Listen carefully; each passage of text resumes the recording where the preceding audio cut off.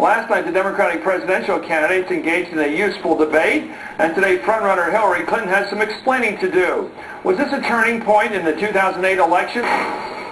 It was unidentified flying object, okay? It's like, it's unidentified. I saw something now. On a night when Dennis Kucinich said he once saw a UFO, Hillary Clinton may have been seeing stars thanks to the pounding she got from most of her Democratic rivals. I think that if people want the status quo, Senator Clinton's your candidate. The fact of the matter is that my colleague from New York, Senator Clinton, 50% of the American public would say they're not going to vote for him. I'm not saying anything that people don't know already. Bill and I would be in that category. The Clintons have a reputation of being slippery and hard to pin down. Last night, Clinton underscored that on the issue of whether illegal immigrants should have driver's licenses. First, Clinton seemed to endorse a New York plan. Well, what Governor Spitzer is trying to do is fill the vacuum. Then she seemed to oppose it. I did not say that it should be done, but I certainly recognize why Governor Spitzer is trying to do it. Do you, the New York Senator Hillary Clinton, support the New York Governor's plan to give illegal immigrants a driver's license?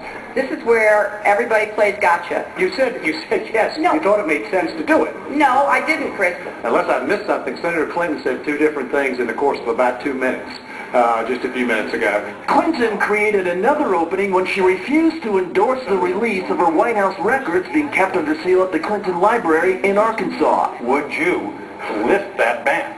Well, that's not my decision to make. This time it was Barack Obama who pounced. Not releasing, I think, these records. At the same time, Hillary, as you're making the claim that this is the basis for your experience, I think is a problem. Obama also accused Clinton of conveniently flip-flopping on NAFTA, torture, and the Iraq War. Now, that may be politically savvy, but I don't think that it offers the clear contrast that we need. Clinton defended herself, but kept the focus on the GOP. I have been standing against the Republicans, George Bush and Dick Cheney, and I will continue to do so, and I think Democrats know that. The sharpest exchange of the night came over Iran. Last month, Clinton supported a Senate resolution declaring Iran's Revolutionary Guard Corps a terrorist organization.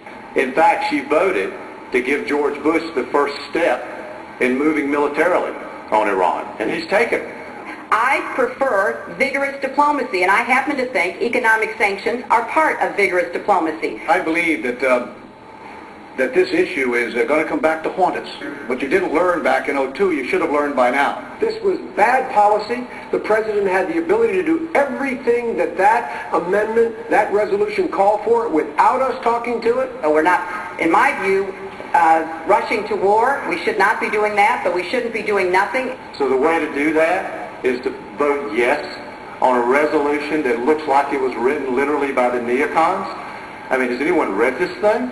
I mean, it literally gave Bush and Cheney exactly what they wanted. Edwards also targeted Clinton on Iraq.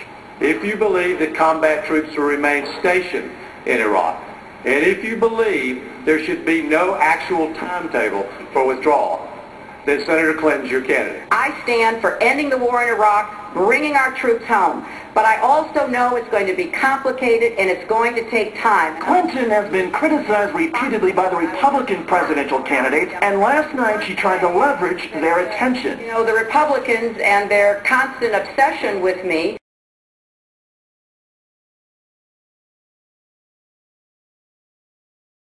Part of the reason that Republicans, I think, are obsessed with you, Hillary, is because that's a fight they're very comfortable having. It is the fight that we've been through since the 90s. Senator, they may actually want to run against you, and that's the reason they keep bringing you up. Senator Clinton, I just want to make sure what I heard. Do you, the New York Senator Hillary Clinton, support the New York Governor's plan to give illegal immigrants a driver's license? You told the National Hampshire paper it made a lot of sense. Do you support his plan? You know, Tim, this is where everybody plays gotcha. It makes a lot of sense. What is the governor supposed to do? The problem is that Governor Spitzer wanted to give them real ID cards to get on airplanes, to go to government buildings, to pretend they were in this country legally. Spitzer wanted to go all the way with this fraudulence, and it was Chertoff at Homeland Security that stopped them. It looks to me like Hillary's totally with Spitzer here. Just think about all the illegal driver's licenses, how many driver's licenses the guys who killed us on 9/11 were carrying at the time. Tons of them. Here's Edwards and Obama attacking Hillary for her non-answer on driver's licenses for illegal immigrants. Let's take a listen. unless I missed something, Senator Clinton said two different things in the course of about 2 minutes, just a few minutes ago. And I think this is a real issue for the country. I mean, America is looking for a president who will say the same thing, who will be consistent, who will be straight with them. Because what we've had for 7 years is double talk from Bush and from Cheney, and I think America deserves us to be straight. Senator Obama, why are you nodding your head? Well, I was confused on Senator Clinton's answer. I can't tell whether she was for it or against it. And I do think that is important. You know, one of the things that we have to do in this country is to be honest about the challenges that we face. You know, last night, Ann, I thought Hillary Clinton was playing a pretty good game of 8-ball and pool, and then she scratched at the end. Senator Clinton, in her campaign, I think has been for NAFTA previously. Now she's against it. She has taken one position on torture several months ago, and then most recently has taken a different position. She voted for a war to authorize sending troops into Iraq, and then later said this was a war for diplomacy. I don't think that it, now that may be politically savvy, but I don't think that it offers the clear contrast that we need.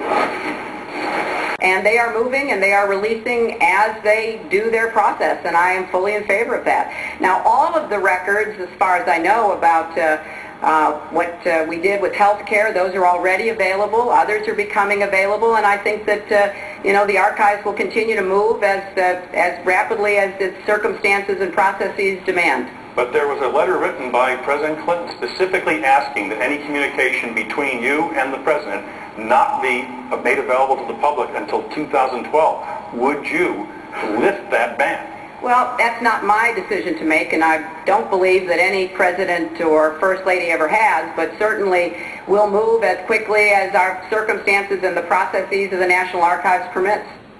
What is this, Pat, dodgeball? That's not a position for the First Lady? I mean, her husband is the guy she's using as her #1 trolley to the White House here, and she can't give him a call and say, hey, dear, why don't you release those documents so I can brag about my record at the White House? Let me tell you something, Chris. She doesn't want the documents out. She doesn't want a document. She don't want a document dump 2 months before the Iowa caucuses with thousands of pages of everything she wrote. Every reporter in America, Republicans and Democrats, all over those documents. Concealment doesn't work in the long run, or even in the short run. Candidates who won't release their tax records, candidates who won't release their medical records, always end up being forced to do so before Election Day, because concealment doesn't play well with the American people. If you conceal something, they want to know what you're hiding. If you won't tell them, they assume you're hiding something, and they don't like it.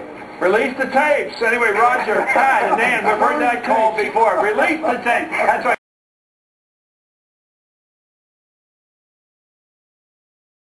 She has given the Republicans the biggest issue they've got so far. All you guys shoot down and wreck now, no more blood through. There we go. Same thing happened in the last presidential election. We had someone jump onto the setup in New York.